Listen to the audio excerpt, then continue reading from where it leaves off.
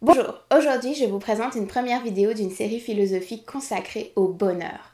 Dans cette première vidéo, j'aimerais vous parler du bonheur aujourd'hui, au 21e siècle, en 2020. Breaking news coming in on the Nous sommes coronavirus outbreak in en India. guerre. On a Nous sommes en guerre. 4 Nous personnes de sommes en plus guerre. qui sont Nous infectées sommes- au Ou peut-être 2019 quand les choses étaient un petit peu moins capotées. Ok, pour ça, je me base sur un article de Vice Québec qui est sorti fin 2018 et qui s'intitule « Les jeunes sont plus malheureux qu'ils ne l'ont jamais été ». C'est parti. On vous souhaite tout le bonheur du monde et que quelqu'un vous tende la main, que votre chemin évite les ponts, qu'il mène vers de calmes jardins. L'article part d'un constat. Les jeunes de notre génération, en Occident, sont plus malheureux que les jeunes de la génération précédente. Et ces jeunes de la génération précédente étaient déjà plus malheureux que les jeunes de la génération avant. Et les jeunes de la génération avant étaient déjà plus malheureux que les jeunes de la génération d'avant encore. Bref, le malheur ne fait que s'accroître avec le temps. L'article se base sur toutes sortes de choses pour mettre en évidence ce mal-être qui habite la plus jeune génération.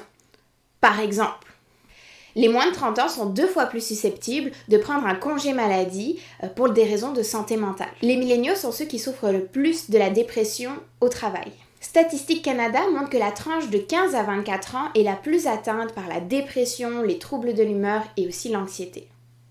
Je me suis aussi posé la question et j'ai décidé d'appeler autour de moi pour avoir votre opinion. La question c'est, selon vous, pourquoi est-ce que le malheur augmente? Mais moi j'ai une idée, j'ai une hypothèse. Je pense qu'on a tellement dégagé de temps pour les activités non matérielles, comme les activités de subsistance, sont tellement restreintes que que maintenant tout ce qu'on a à gérer, ça concerne beaucoup la santé mentale. Puis ça nous oblige à nous questionner, puis plonger là-dedans. Peut-être que c'est plus difficile d'avoir des réponses, puis d'être heureux, puis de je sais pas se sentir stable. J'ai l'impression qu'on est à un stade tellement comme évolué, en Occident, pour tout ce qu'on a à faire. On a juste à aller travailler, puis pour aller travailler, on prend notre char, puis c'est long, mais c'est presque rien, là. Fait que, je sais pas, j'ai l'impression que ça amène tous les problèmes d'anxiété. L'intuition qu'on est genre vraiment beaucoup dans des problèmes d'anxiété, mais c'est parce qu'on a comme le temps de l'être, ou parce qu'on a l'option, parce qu'on a plus d'autres choses à gérer. Puis je pense qu'il y a un facteur un peu d'isolement ou d'effritement de communauté, mais ça, je sais pas si j'y crois. Mais je sais pas, là. Je sais. En fait, pourquoi est-ce que les gens sont malheureux? Moi, je pense que c'est peut-être à cause de l'instantanéité. C'est justement le fait que maintenant, on pèse sur un bouton, tout est instantané, tout va plus vite, on ne prend pas la peine de s'arrêter.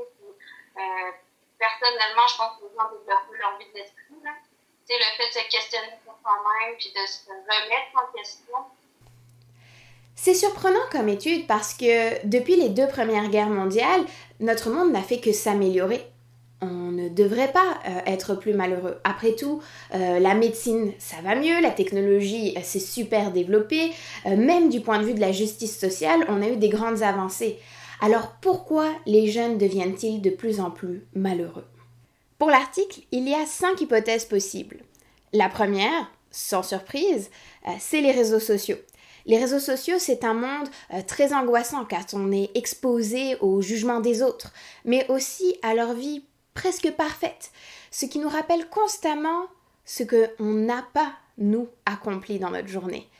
Et ça, c'est très démoralisant.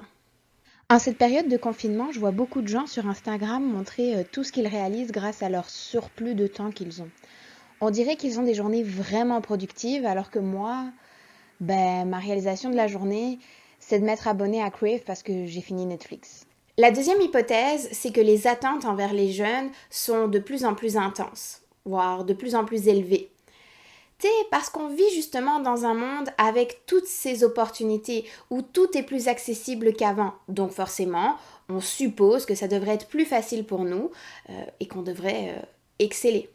Le fameux Moi, dans mon temps, il n'y avait pas Google.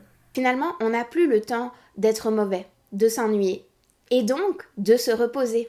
Mais paradoxalement, la troisième hypothèse, c'est qu'on couvre un petit peu trop les enfants, qu'on les protège tellement des dangers que les enfants deviennent autonomes plus tard, ce qui les rend moins résilients face aux obstacles de la vie. Allô maman, il n'y a plus internet, qu'est-ce que je fais? La quatrième hypothèse, et pas la moindre, c'est l'hygiène de vie. On mange moins bien parce que la nourriture, moins bonne pour la santé, elle est plus accessible et aussi elle coûte moins cher. Donc on a tendance à moins bien manger. Puis on dort moins bien aussi, on dort moins longtemps. Et c'est pas juste parce qu'on est surchargé de travail, c'est parce qu'aussi on est surchargé de distractions.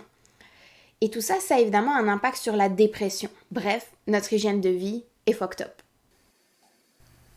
Oh non, il commence un nouvel épisode.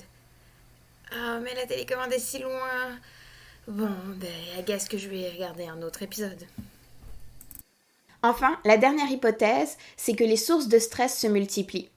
Ça peut être parce que le nombre d'opportunités augmente, mais aussi parce qu'on a une perte des repères moraux.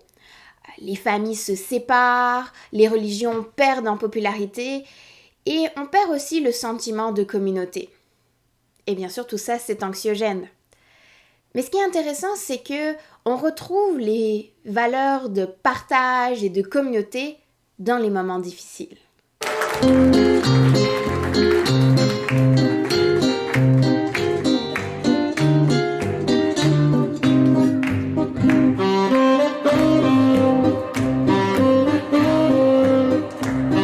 Bref, tout ça, ce sont des hypothèses qui ne s'annulent pas entre elles.